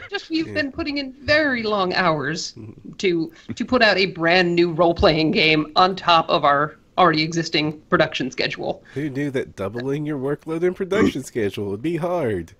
Oh, goodness. I suspected, but it's nice to have evidence to back it up now. Over here at No Direction, we're sympathetic. How's your second podcast going? Fantastic, actually. It's been very well received, and we love every one of our fans. Now, I don't want to move away from this without mentioning the credentials of some of the people in the Sword for Hire. So Swords for Hire is a freelancer group, and it includes Jacob W. Michaels, who was top 16 for RPG Superstar in 2012 and 2014. You've got Miko Kalios, who was RPG Superstar 2011 alternate, top 32 in 2012, top 4 in 2014, and even one of the judges in 2015. And Mike Willem, who was RPG Superstar 2012. So it's not just people that liked RPG Superstar, it's people that were in the RPG Superstar on multiple levels and really have an understanding for how the contest not only is run, but is won. And of course, our friends at Wayfinder. I don't think we need to explain what Wayfinder is, but just for the sake of reminding people how awesome Wayfinder is, now once a year, but previously twice a year, Wayfinder would put out a Dragon/Dungeon style magazine of in-world Pathfinder content that was using the community use license. So it was all like it was world specific. It was using all of the proper names, and they've been running it for 10 years. They've been running it for an absurd amount of time. Yeah, because I got my start writing Pathfinder rules in the very first Pathfinder. Or In the very first Wayfinder, sorry. That was your first Pathfinder writing? Yep. That's amazing. Wayfinder, Yeah. the Wayfinder alumni list is long and impressive. Yeah. Well, because Wayfinder filled such an important void, similar to what RPG Superstar filled, of just like getting people publishing credit and like getting them process experience. Mm-hmm. As well as just drawing attention to new talent. I mean, let's just face it. The RPG hobbies, if you don't take extra effort, is awfully incestuous. It really is. I can't transition out of an incest comment. Speaking of incest. So we were talking about War for the Crown again, right? All right, that's fair. You know, we're all ages as far as language goes, but every now and then we'll just throw a concept out there that is inappropriate. Yeah, parents have fun explaining that one to your kids. Yeah. Do you guys want to talk about the Joker? Sure. What's this about this okay. Joker? Yeah, so that's it for the Joker news. as in the Batman villain or Joker from Mass Effect? Oh, I didn't even think of that. Oh, and I love Seth Green. But no, it is Joker from Batman. I'm not even sure how this happened, but in my Office Pathfinder Society group, we decided we were all going to make secondary characters, and they were all going to be Batman related in some way. And this started with Will. He wanted to make Batman. And what ended up happening is that he's made very early Batman, like not ready to Batman. So it's been fun watching the guy that is as confident as Batman. He knows what he wants to be, but he's getting on rooftops, and that's about as far as his tactics go. And my friend Kathy made the Penguin, and she is running the Penguin wonderfully. In fact, at one point in our first session with these new characters, an NPC offered to heal us. They said that they had 2 healing spells memorized, and she was just like, I'll take them both. Like, this is after a fight and nearly wiped out the party. And it's like, it's perfectly valid. She's not breaking any rules, volunteering to take all of the healing that was offered to us. But, very generous of her. Didn't win her many friends. And so I've decided to make a character called Quippy based on the Joker. And this is because a long time ago when we reviewed, I want to say, the Dirty Tactics Toolbox, there was the Laughing Gas. And on the same page, there was also the Gunslinger, either an archetype or an option that lets you turn a gas into like a 15-foot cone. And so I was like, wait a second, Laughing Gas, Gunslinger. Like, this was a Joker, like the concept of a Joker character started right there. So as soon as Will mentioned that he wanted to do Batman characters, I was like, I know exactly what I'm going to do. Except one of those 2 options wasn't PFS legal. So then I started going down a hole of like, all right, so like, how do I substitute the illegal part of it, which was the gunslinger option, so that I can still be a gunslinger that shoots laughing gas? And it was like, all right, so at 3rd level I need to take this option, and then at 5th level I need to take this option. Let me just look it up. One of those 2 options isn't PFS legal. All right, so working around that option, and it's like, and it just kept going deeper and deeper. And then at one point I was just like, why am I making a gunslinger? Like, other than the fact that the original idea was this gunslinger, there's other classes that work better for the Joker. There is a class that is built around messing with people and that has a rule for cackling. So I made a witch, which I could have just made a very straightforward witch character, but at this point I'd looked up so many options that were alchemical based. So I've turned Quippy into a witch/alchemist, or at least next level. All right, wait. Let's hear your cackle. Very nice. Thank you. It gets tiring at the end of the night, though, but yeah, those are 2 classes that work very well together, by the way. They're both intelligence-based, Witch's one major deficit is it doesn't have a lot of offensive power. So just even taking a couple of levels Alchemist gets you the bombs, which is totally in character for the Joker. Gets me a little bit of alchemy because most of Joker's offense is chemical based. So, that's all part of the character. And just, everything synergizes well. The ability scores do.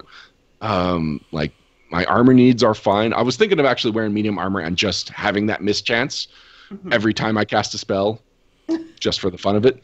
Would be in character. Yeah. And, so the final real, cool part of this character is that I needed to make I needed to find a miniature for it. And everyone else was making their characters on Hero Forge. So I was like, I don't think I need a Hero Forge to get this character across. It's just a gnome witch. I'm sure I can find something cool, but since everyone else is ordering, I'll mess around. And I found a very generic one that worked. It's got like a skull smoke in one hand and an alchemist bottle in the other one. But then when I was going through the poses, the prone pose is something I have never considered for a miniature. But when you've got a gnome lying on the side just smiling, it's demented, and it's like it messes with your perception, which is totally fine. There's nothing against the rules for line of sight based on miniatures, so it's not like I'm cheating. So I've just got this really unusual prone character who is just so happy to be there, and I am looking forward to painting it up. I'm going to be basing it mostly on the Joker, the Superpowers figure from the 80s. Oh, with the bright purple coat and the little pinstripe pants? Exactly. I'm looking forward to making the pinstripes there. And honestly, I only have to paint half a miniature, so this is going to be fun and easy. Well, and almost a quarter of a miniature because he's small. Oh, gosh. Well, I never thought about that. Somebody who has painted a lot of halfling miniatures, Ryan, it does not get easier when they get smaller. I've got the miniature over there, but it's about 20 feet away. Yeah. Oh. Should I make the mad dash? I haven't been having microphone issues. All right, I'm just going to go grab it quickly. Now. When you say something like that in front of the podcast audience, they'll tell us apart if you don't. Yeah. So what do we talk about while he's gone? We should talk about him. Absolutely. What do we say behind? Oh my God! And then, oh wait! We have to stop. He's back. Okay. Yeah, what did I miss? All right. Nothing. Absolutely nothing. Okay. That's a suspicious nothing. Here we go. It looks like your finger. Oh yeah. Hold on. Okay, pull it back an inch. Myself, so. You can't. It won't autofocus that close. There we Oh, go. there he is. Oh my Wow. goodness. That is appropriate as heck. Just got the plume of smoke there. You're not really getting to appreciate the smile that it's on maximum grin. Oh. But I am going to make sure I take some pictures of it to share it with the group because I am very proud of that miniature. And I was all set to just say like, well, it was fun to try, but I'm just going to pass. I also have Kathy's penguin here. Oh, nice. Impressive. Yeah. I am very jealous. I have never had the money for a Hero Forge figure. They are fancy, and I drool over the interface, but... Yeah, and I was talked into getting the upgrade that makes it a little more, or is it less sturdy but more paintable? Or it might just be you really need that. better over. You really would need that one. The other one, I don't even know why they keep offering it. It's such an unsatisfying product when you get that and you paint it and it just looks like it's bumpy and chalky. Oh. Oh, Secret Gamer Girl. Actually, speaking of miniatures, who made those standees again that keep popping up on Crystal's Twitter feed? They are fantastic. Those little standees are called, they are from an artist called Trash Mob Miniatures. Ooh. He's pretty awesome. I believe he's mostly a 5e player, but I actually ordered some custom paper miniatures for him for my Blue Rose game. So he did an awesome Shadow Cultist and Shadow Demon for me. Now that is... Oh, these are cool. Yeah. So shout They're out to him. He's pretty friendly, and he plugged Iron Fang Invasion, and he just does some of the most characterful little paper miniatures I've ever found. Yeah, and they're cartoony, but they're not chibi. They're no, he's definitely got a distinct style. I like these. I've just followed him on Twitter. Yeah. Well, just as I said before when we were talking about like with the 1 month miniatures, you really do need, when you're doing paper miniatures, really good ones, you really do need to kind of cartoonify the features so that they're identifiable from it, because you don't have the advantage of 3D shading to make your miniature distinct. But that is one that I never considered that. One of the advantages of having a 2D miniatures and using them is you can commission them, and the cost of commissioning a 3D model is so much more. Yeah, admittedly I spent much more than I would have spent if I just went to Hero Forge to make one Shadow Cultist mini, but this way I can print out as many Shadow Cultists as I need. I'm going to go ahead and put it on screen. Yeah, that's true. That's another advantage. These look way easier to really mass produce. nice. I love his style. Oh, those dinosaurs look awesome. I don't know if I'm seeing the dinosaurs. I love his, looks like just a floating shark with a bunch of scars on it. Dinosaurs up on. Because Yep, I've got his dinosaur set too. It's a dino Oh, you're looking at his set. zombie. I'm just on his Twitter feed. Oh, The dinosaurs have feathers. I love feathers on a raptor. Oh, and he's... It's like an undead feathered dinosaur? Yes. Cool. Yes, All right. yes. Well, we'll definitely make sure we send a link to the Facebook page because I have a feeling other people are going to want to get those sets. Yeah, cooing over images doesn't work very well in an audio medium. Yeah. I mean, we got some video. Our YouTube channel isn't completely trivial. It's mostly trivial, but we love you, YouTube listeners. We love you to death. We just wish there were a lot more of you. Oh, Actually, yeah, if you are primarily a YouTube audience member, let us know. I'm just kind of curious. I know we have I definitely know 1,000 our over podcast there, listeners. but like... yeah, like, follow, and subscribe. Yes, like, follow, subscribe. Yeah, but we have a dedicated crew. They comment a lot. I very much love our YouTube audience. They get to see the same raw feed that the Twitch audience gets to see. Oh, those poor people. Yeah, they are getting a raw feed this time. Oh my goodness. All right, but the reasons I'm cooing over the dinosaur miniatures is famously Eric, when we were talking about miniatures, once said that why weren't there going to be dinosaur miniatures? The answer was, well, there seems to be no shortage of plastic dinosaurs out in the world, but finding the right scale plastic dinosaur is actually really hard. I agree. As somebody who uses way too many dinosaurs in her home game. I love to use dinosaurs, and when I'm a summon monster player, I rarely play the summoner, but I often summon monsters as a wizard, because it's just a fun thing to do. It's not even necessarily the best thing to do, but it's so fun to go Badger behind you, and it's so much more fun when it's Velociraptor behind you. I was using a plastic dinosaur miniature for my Angaroo for a while. Angaroo? Oh, yeah. I had a Mad Dog Barbarian, and his animal companion was a kangaroo that could rage, so Joey the Angaroo.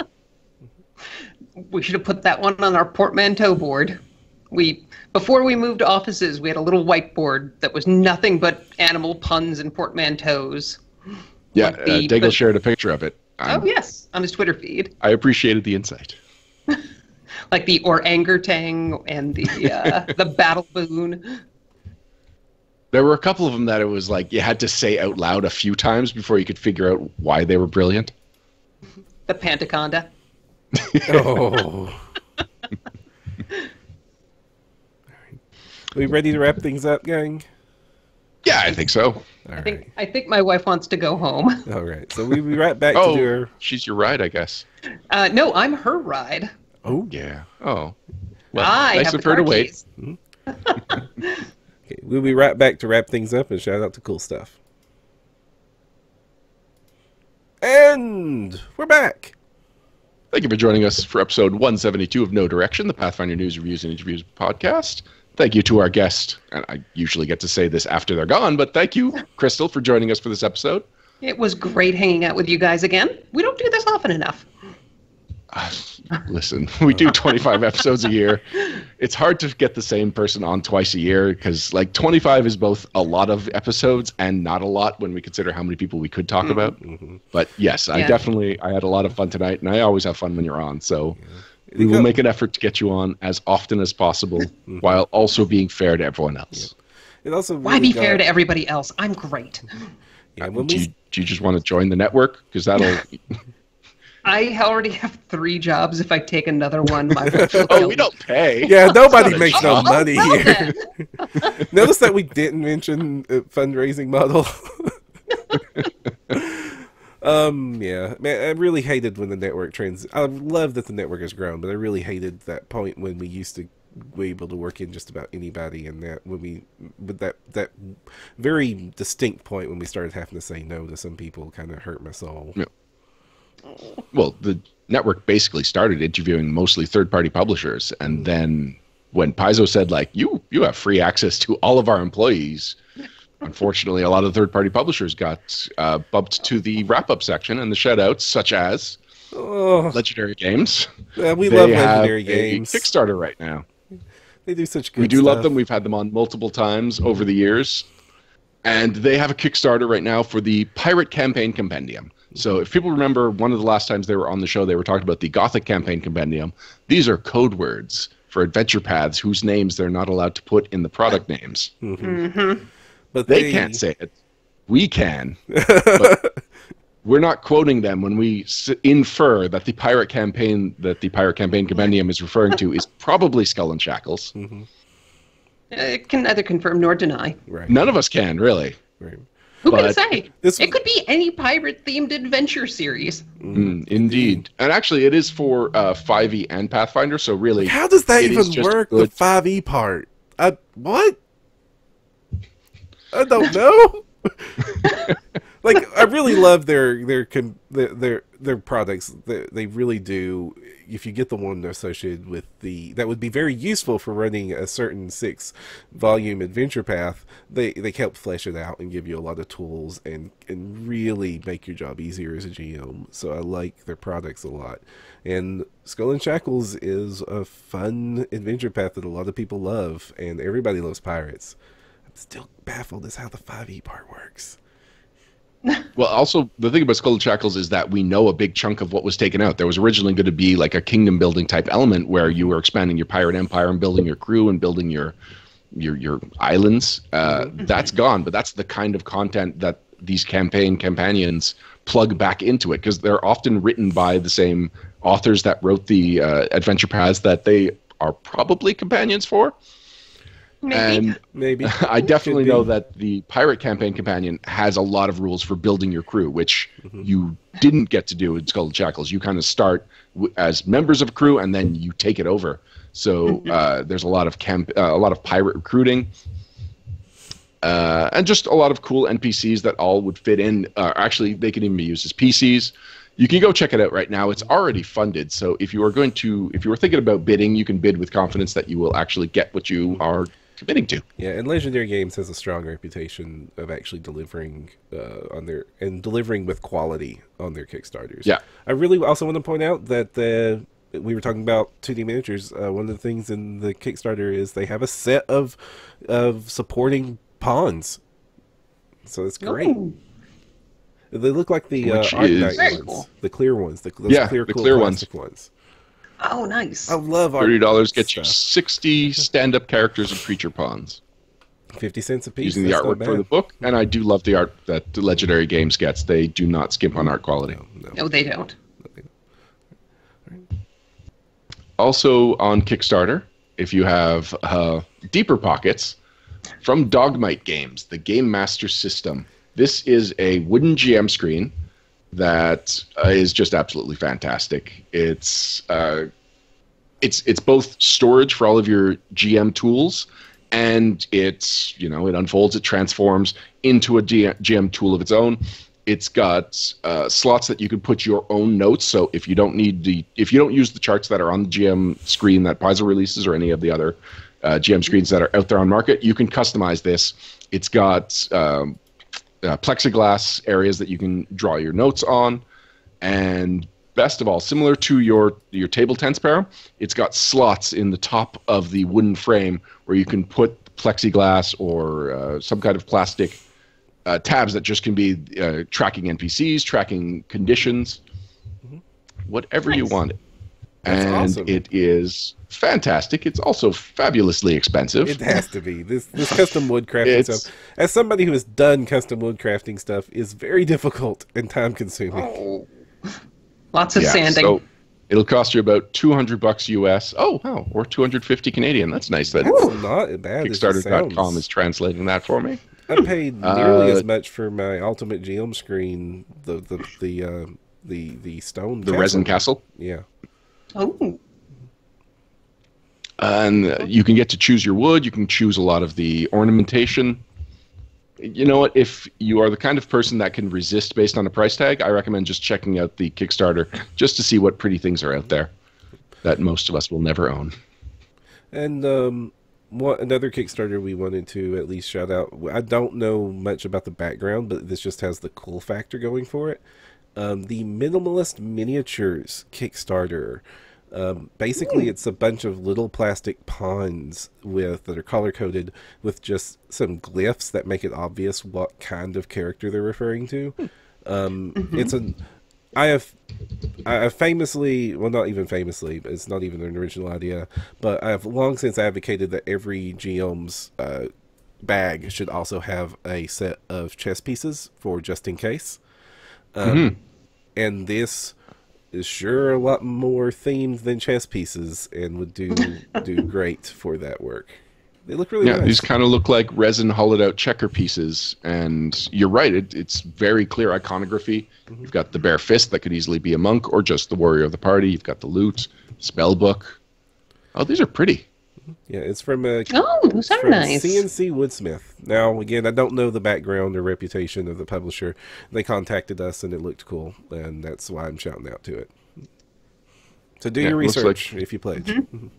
$25 will get you a set, and a set looks like it's about a dozen and a half. Yep.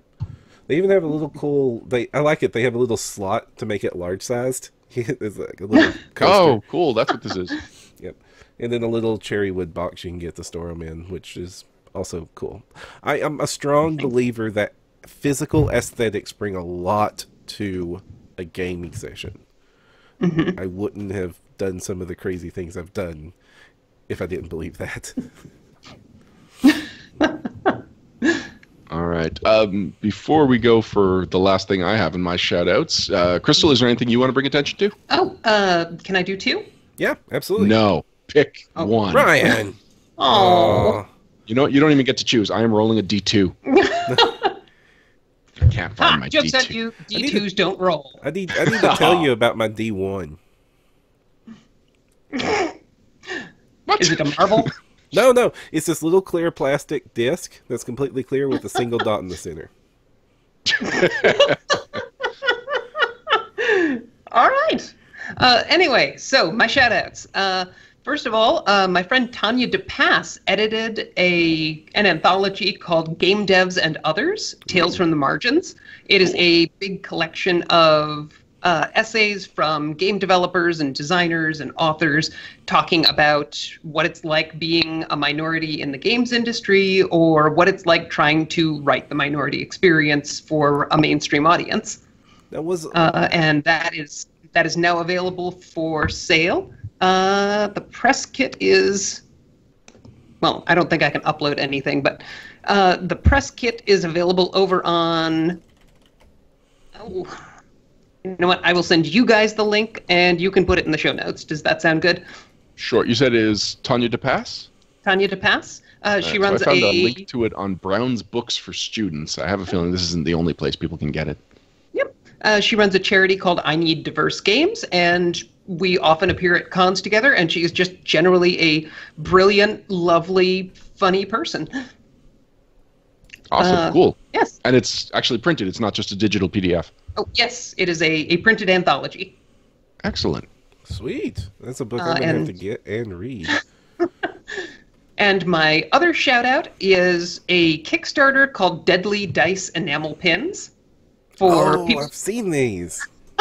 Yes, if you are a gamer and you are also fashionable and you like pins as much as I do, these are dice, enamel pins that look like dice combined with poisonous flowers. Oh, cool. I'm pulling it up on the monitor. So, where's that? No, this is the comments section. Show me the main campaign where I can talk about the flowers. So, like, you can get a pin with a pair of percentile dice on it that have monk's hood and anemones to protect you from evil, and an 8-sided die with nightshade on it, and a general damage dice set with rhododendrons, which symbolize danger, and then the 20-sided die, which is on opium poppies for, I feel, obvious reasons. Glory, fame, and honor, apparently. But yeah, I backed this. I don't know the artist personally. I just think they're really cool, and I would like it to reach lots and lots of stretch goals. Mm-hmm. And they said it'll already ship in May, so that's a quick turnaround time. Yeah, really cool. She already had her inventory in stock, and she's using this as her sale run. I love Kickstarter for a project like this because I can't imagine most companies, like a jewelry company wouldn't make this, a dice company wouldn't make this, but if this is your passion, you've got an idea for it, you put it out there on Kickstarter, you will find an audience for it. Before this, the only hope you'd have for something like this is just some random booth you might ever see once at a convention. Yeah. And you have to have the money for it right then. In your pocket, because they don't take credit cards. Yeah, she's funded. She's got 100 backers, and she's got almost the whole month to go. So Excellent. I'm going to follow this, actually. Let me backed within the first, I want to say, like 25 or 28 hours. Or hit goal, rather. Yeah.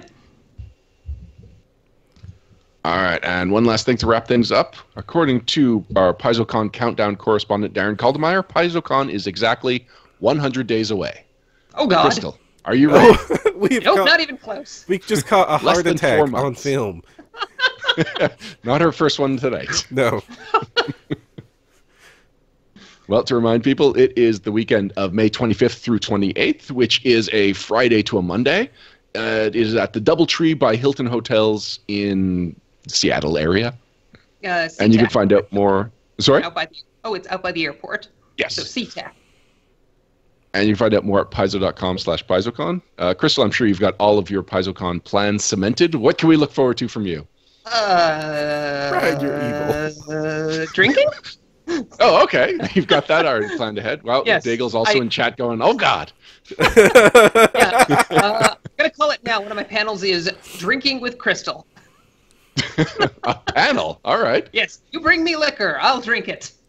That sounds more like drinks for Crystal. Semantics. And that's a dangerous thing to say, offer at a convention. Yes, no, do not bring me drinks at the convention. I will have to turn them down. Actually, event submission, I think, is the deadline might even be March 1st, which means that if you are planning on attending, and you are planning on doing something, which I'd like to do a couple of seminars this year. I do so much recording and not enough talking. It's just not like me. Yeah, it says, as of now, it says that the event submission is open until March 1st, but that hasn't really been super promoted. So there might be a chance that this gets pushed back, but just in case it doesn't, you've got about 2 weeks now, people, if you are interested, to write your 150 character event description and post it and submit it. You eventually have to actually run the event. It's more work than just the 150 characters. Yes. But the deadline I have to make more than 150 characters? Dear Lord! You can't tweet your way to PaizoCon. Just watch me. All right. Thank you again, Crystal. This has been way more fun than it had any right to be, considering all the technical problems. But yeah, so thank you very much. We've got a lot to look forward to now. I've got to make my Ninja Turtles for War for the Crown and make sure that my Spiral of Bones, that my pull list has that properly pulled. Yes, I hate to say it, but I've also put it on my pull list. Oh, you don't just to get you don't my get an author's contributor copy? I do, but I want to make sure my comic store is also ordering copies. Okay, that's stealth. one frustrating thing about the Dynamite, or at least the way my comic book store does it, is that I have to re-pull every single time because it's not the same series. It's a new miniseries I have every the time. same thing with mine with Kim and Kim, one of my favorite series. They change the subtitle for the series every 5 or 6 issues. I love Dynamite's books, but I really hate that practice. Yeah. I know why they do it. I'm running a comic book shop. I know why. Well, and it's not exclusively Dynamite's problem. It's also They're Diamond. the worst. The way that it's the comic industry's problem, though. Yes, but they're the worst. I love Dynamite. All right. There need to be some minor revisions to the way distribution works. Yeah. And by minor, I mean there should be some major changes to the way distribution. Anyway, this is a hill I will die on, so we should probably end here. All right. Until next time, I'm Ryan Costello. And I'm Jefferson J. Thacker, also known as Param. And if you want to find the path, you need no direction.